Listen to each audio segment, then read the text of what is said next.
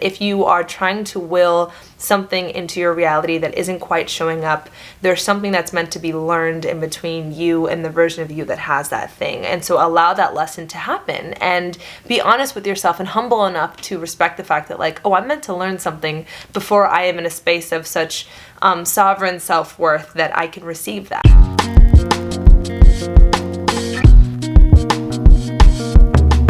Hello everyone, I hope you are well, or as well as you possibly can be, given the very dire experience of existing right now.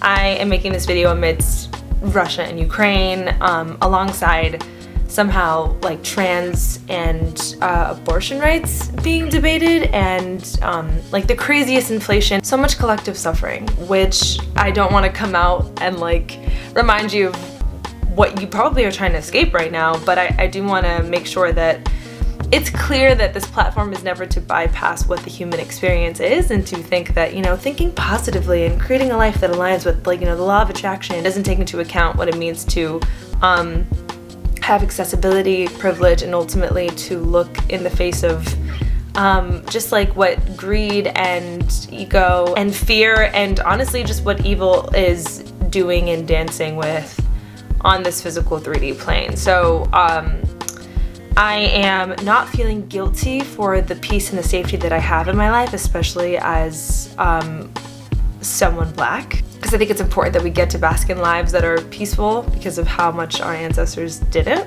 But I also want to just express an extra dose of gratitude for how safe and pretty my life is, use the resources and the accessibility that I do have to help those that aren't. So I'll link below some donation links that you can work with, especially there's a certain donation link for misplaced children, and to of course send some prayers. There are also like some group meditations that I don't know if they'll still be going on by the time this is uploaded, but just like if you can use your energy and the access that you have to connecting to something larger than yourself to, I don't know, uplift what our current circumstances are and get us in a good place, that would be nice. And above all else, I think today is a beautiful day. Every single day is a beautiful day to just be more aware of the peace that you do have access to, and to the safety that you have access to, which kind of ties into what we're going to talk about today. So by the way, my name is Jasmine. I am a spiritual counselor, I'm a journalist, I am just a girl hopping around doing her best, and I sometimes write things and I share them on Instagram, and I sometimes make videos on what I wrote to elaborate a little bit more on them. So I wanted to read something that I wrote recently out loud, me making this my own like speakeasy. I wanted to read a little bit about what I wrote online and expand on what I mean by it, because I think the theme and the base of it is trusting and dancing with divine timing, and it's been a really, really healing concept for me recently, and so I thought that maybe if I shared it, it could inspire someone else to take into account and reflect on how they're interacting with divine timing, and whether they are respecting divine timing or acting against it. Also, I want to note that I have a crazy pimple right here. I think I'm ovulating. And I also have Disney characters on my shirt. Wow, my hip just cracked as I did that. That is not a good sign. Let's just go on my Instagram. Same. I was hugged by grass underneath some trees today, and they whispered to me that life is its loudest suffering when you work against the current, when you don't respect and honor the cosmic season that you're in. Your mind can witness motion and convince you it's time to go, though your body knows that it wants to sit. Loneliness can scream you into a partnered home with no foundation, even though life has shown you the promise of what committing to yourself will build. Just enough quiet to introduce the layers of who you've been too distracted to meet, the arrival of an honest love greeted by a much more authentic self. The fruits of our labor are to ripen and be enjoyed during our period of leisure. The insight we gain in stillness is imperative for our period of movement. Honor time and its divine orchestration. Co-creating involves letting life let you know, letting art paint itself and the path unfold as it does, not holding on to time so tightly that we choke its oxygen and leave it colorless. There's a moment for the leopard to strike, for the leopard to graze, for the bird to build a nest, for the bird to migrate. If our eyes are open wide enough and we're in tune with our internal compass, the one led by signs and synchronicities, moon phases and planetary transits, impulse and instinct, we'll know when to give birth, to retreat, to create, to explore, to socialize, to hibernate, to speak, to listen, to lead, to follow. to step outside of our comfort zones or to find peace after chaos, to commit to routine or to break monotony, to eat healthier or to dance with indulgence, to live extremely or to land comfortably in a balanced center. Life is itchy and incessant when you think you can outsmart it, when your own pre-written story doesn't respect its organic ebb and flow. So I hope you're paying attention. When it's uphill, when it's frictional and resistant, I hope you're paying attention. That would be a good title for this. I hope you're paying attention. Whatever. Anyway. Yeah, so that came from my stomach. That was something that I was like literally laying in grass underneath trees, and I just kind of like was met with this awareness of that we are just as seasonal and cyclical as the trees and the nature that holds us, and it is so important that we honor and work with the season that we're in. And I found that I don't know, for example, we were in this like winter period and I saw a lot of people kind of retreat and go into their hermit mode, and I thought it was such a beautiful thing to witness, because I think at times we don't give ourselves permission to sit and pause. But I'm also witnessing so much action and so much chariot energy, and I'm wondering if there are still people that kind of need to nurture their gardens, need to sit a little bit longer, and that are feeling like they need to move, or that they need to be in this period of self, or, you know, just this era of life because they see everyone else kind of moving in some sort of action. And so I think it's just so important that we build intimate dialogues, not only with our internal compass, but what the universe is communicating to us through our own personal language. I think, for example, I was really considering buying or renting a place in Miami, and I had been looking for a ton of places, and I had been like in talks with certain places, and I had like a something going on here where my friend was gonna let me sublet, and then like and something kind of kept happening, and there was this like friction, and it felt so uphill. And so I am someone who welcomes and engages with challenge. I think that obstacle is how we grow and how we deepen, and it's important to face challenge and experience the bravery that it invokes. However, there's a difference between, you know, meeting challenge and meeting friction. And when something is so uphill and it's, you know, it's not, what does Abraham Hicks say? The path of least resistance. When your path is meeting you with a lot of resistance, it's so important that you listen to that.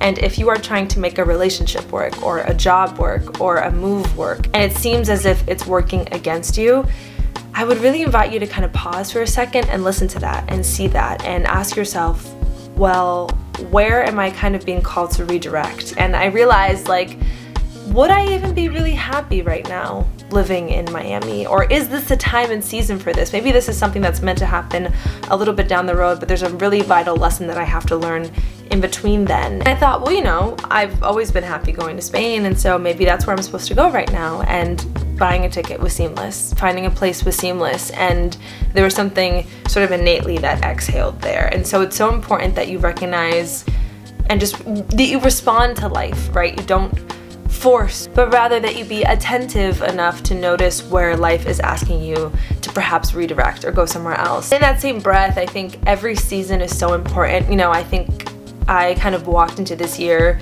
especially knowing that like Jupiter was going to transit my Venus, I was really adamant about finally allowing myself to be in partnership.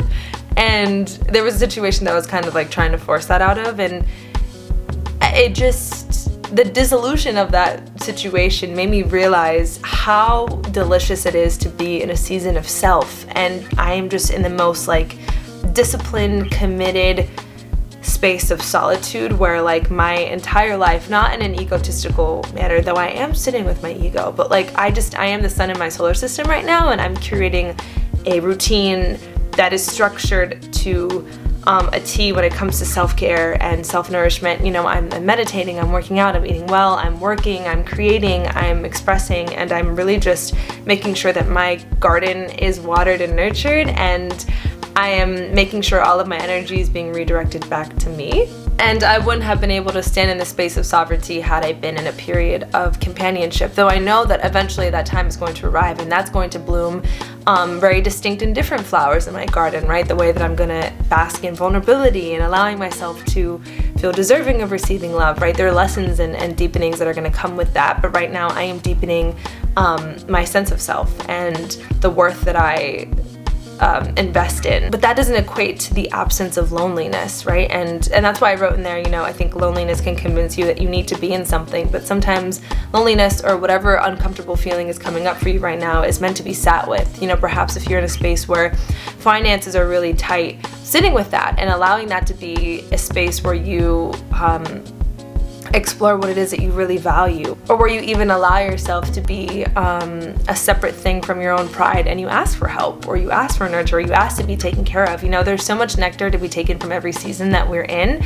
and it is so important to respect the season that you are in and to not force yourself to be in another season, because that's how we pull muscles and that's how we work against the current, and that's ultimately when life is so much more stressful. It is so much more stressful to live in a space where you are kind of like trying to force and control time, and if you are trying to force companionship when you don't have a solid foundation of self, you haven't basked in a season of self, that's gonna fall through the ground quite quickly. And if you think you're in a period of go when you're really supposed to be in this period of reflection, you're eventually gonna burn out and you're gonna trip over your own feet. Or if you are, feeling this energy of momentum and yet you don't have enough clarity for where you want to go and you don't do anything, you kind of miss opportunities that, will find you again, but you could have gotten there a bit sooner if you had allowed yourself the bravery of just trying and letting the path unfold as you simply take a step. So this is all going to hit you in a very specific, unique way relative to where you are at right now. My whole thing is just be honest with where you're at right now and trust in divine timing. Nothing that is meant for you is going to miss you. But if you are in a co-creative state with the universe, it's important to have clarity on where you want to go. And then, after speaking, after being clear on your intentions and your desires and your vision, there comes the part where you have to be silent and you have to listen and you have to be guided by your inner compass and by divine orchestration of, okay, well, if that's where you want to go, then this is where you're meant to learn what it is like to self-resource your own value, which means, not being in a toxic relational dynamic, or if this is a period where you're supposed to put yourself out there and date because you need to see and taste different flavors and have contrast to understand what it is that you want. So you're in that period of exploration and romance. Listen to life, co-create with life, hold life's hand, and just trust and respect timing. Respect the fact that when you will something into existence that wasn't ready, it's eventually going to bite you back in the ass, as opposed to just trusting that the flow and the natural current of things always knows best, and that what you can do is water your garden with whatever season it is that you are in. There is so much to take from solitude, from companionship, from creating and doing, from sitting and resting, from allowing yourself to be taken care of, to actually taking care of someone, to be more disciplined and build a healthy routine, to finally let go of your routine and let go of control and allow there to be room for fluidity. Finding yourself somewhere in the middle of all of these things, or recognizing that you need to be an extreme because you've been in another extreme. Whatever the case may be, I invite you to build an intimate dialogue with time and your body and how your body feels, and allow yourself to navigate that in a way that's honest. So this is a quick little message. I hope that it makes sense, but it's something that really brought me a lot of peace. Just recognizing the fact that everything is happening according to its perfect timing, and the more that I try to control that, the more that I meet resistance, and it's more stressful on my body, as opposed to just trusting and flowing with what's showing up and what opportunities are arising in that given moment. And understand that if you are trying to will something into your reality that isn't quite showing up, there's something that's meant to be learned in between you and the version of you that has that thing. And so allow that lesson to happen, and be honest with yourself and humble enough to respect the fact that, like, I'm meant to learn something before I am in a space of such sovereign self-worth that I can receive that, right? So maybe I needed to face this instance of stagnancy or delay or rejection in order to build a deeper sense of self-worth and strength and self-resource validation, so that when it does arrive, I'm not basing and placing my worth on its arrival. I've already built such a solid awareness of who I am innately that, it coming and it looking like whatever it looks like, I receive it with the awareness that no matter how it plays out, I'm good because I have a solid home within myself. I hope that makes sense.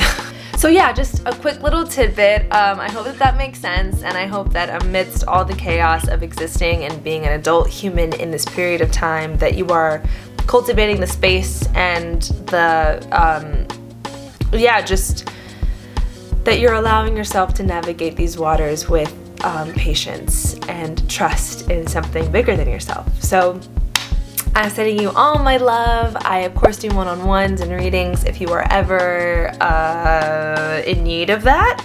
And yeah, walk with grace, walk with peace, and I'll see you next time.